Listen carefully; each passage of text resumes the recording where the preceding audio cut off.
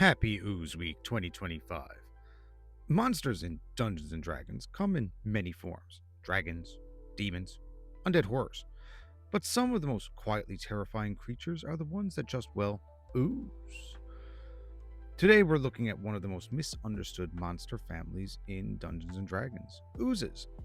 These globs of acidic jelly might seem dumb, slow, and easy to beat, but underestimate them and you might not live to regret it.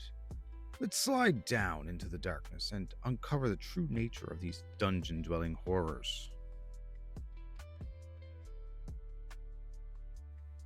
According to monster manuals, oozes have no sense of tactics or self preservation. But does that hold up? Even, real world amoebas can move toward warmth and away from danger. So, why wouldn't these evolved subterranean predators do the exact same? The lore tells us that oozes were born from the demon lord Jubilex, the Faceless Lord, a being of chaos and corruption. But there's a more scientific way to look at them. Imagine them not as demonic waste, but as naturally evolved organisms, slime molds from another world.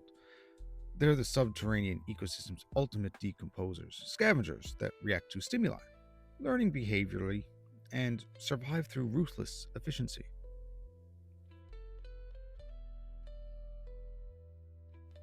In D&D, there are four main types of oozes: the Gray Ooze, Ochre Jelly, Black Pudding, and Gelatinous Cube.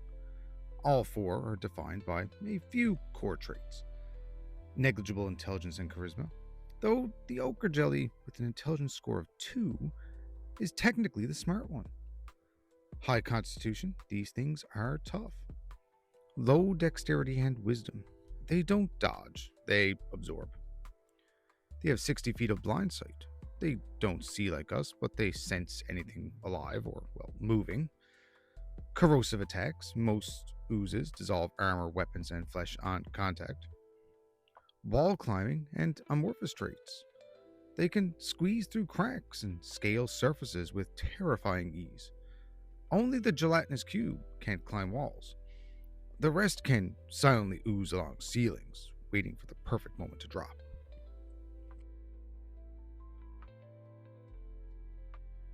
The Gray Ooze is often seen as the starter slime, basic, low threat, but used right, it's a deadly ambush predator. Thanks to its false appearance, it blends in perfectly with wet stone, lying motionless until prey comes close. With a +2 bonus to stealth and 60 feet of blind sight, it's practically built for dungeon ambushes. Picture this: a party walks through a cave. One PC lags behind. They stop near a seemingly normal puddle. Suddenly, they're grabbed by a pseudopod, armor sizzling, leg trapped. The ooze doesn't punch, it squeezes, wrapping around limbs and slowly digesting everything it touches. Once engaged, it keeps attacking until it drops below 8 HP. Then it retreats, fast and in its own way. It dashes 20 feet per round, trying to escape. That retreat behavior implies a survival instinct, a level of tactical awareness the monster manual doesn't really give it credit for. The Ochre Jelly operates like the Gray Ooze, but it brings a couple of twists. First, it can spider climb, so it loves ceilings. Second, it has a horrifying defense mechanism. When you slash it, it splits, and in 2024, it splits when bloodied. A large jelly has 45 HP. Slice it with a slashing or lightning attack, and it splits into 2 medium jellies. Each medium jelly, 22 HP. Split again, and you're looking at 4 small jellies at 11 HP each. And yes, that multiplication can get out of hand very quickly. But they also retreat. A large jelly will flee when reduced to 18 HP or fewer, but only if the damage isn't slashing or lightning. A medium jelly flees at 8 HP or fewer, a small one 4 HP or fewer, but when they retreat, they dash 20 feet per round, just like the Gray Ooze. But with one key difference: they don't flee along the floor, they go straight up the nearest wall and cling to the ceiling, their instinctive place of safety, unless they find a crack to ooze into. If the Ochre Jelly is scary, the Black Pudding is downright cruel. It's like a cross between the Gray Ooze and the Ochre Jelly.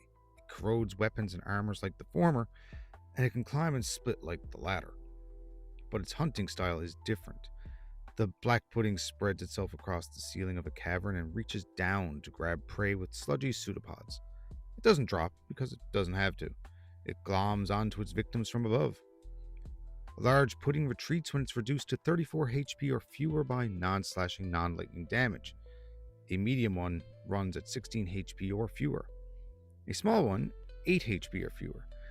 Like the others, it retreats by climbing up or moving into cracks. But here's the thing that gets real weird. If you cut a hanging black pudding in half, one half falls to the ground, while the other remains stuck to the ceiling. The grounded half stays put, absorbing its prey. Once its target drops to 0 HP, it slithers back up the wall to finish digesting in peace. If a ceiling-hugging pudding reduces a PC to 0 HP, it doesn't waste time. It slurps them right up off the ground. And finally, the Gelatinous Cube.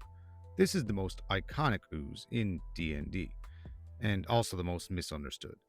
Despite the name, Gelatinous Cube should never actually be a cube. That shape only made sense back in the early days when dungeons were drawn on 10-foot grid paper. Nowadays, we know better.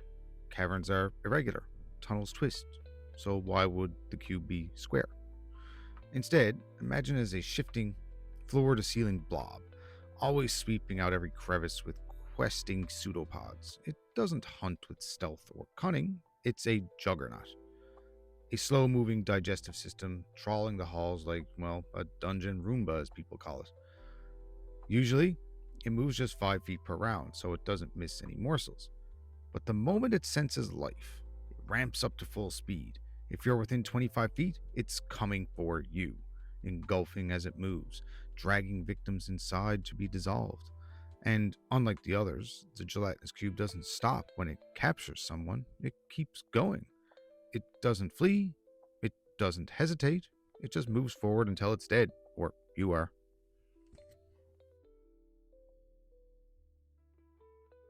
So, what have we learned? Oozes aren't just dungeon hazards, they're strategic, terrifying, and brutally efficient. If it's a stealthy Gray Ooze, a multiplying Ochre Jelly, a lurking black pudding, or a relentless Gelatinous Cube, each offers unique challenges that force players to adapt or die. If you enjoyed this monster breakdown, give it a like and a subscribe for more deep dives into the lore of D&D. Also, huge shout out to Keith Ammann, whose books, most notably The Monsters Know What They're Doing, heavily inspired this video. I will leave a link below for his books. Got a favorite ooze story? Drop it in the comments, and let me know which creature you would like to see next. Until next time, this is James from the Dungeon Puffin. Stay curious, and try not to get dissolved. Later, guys.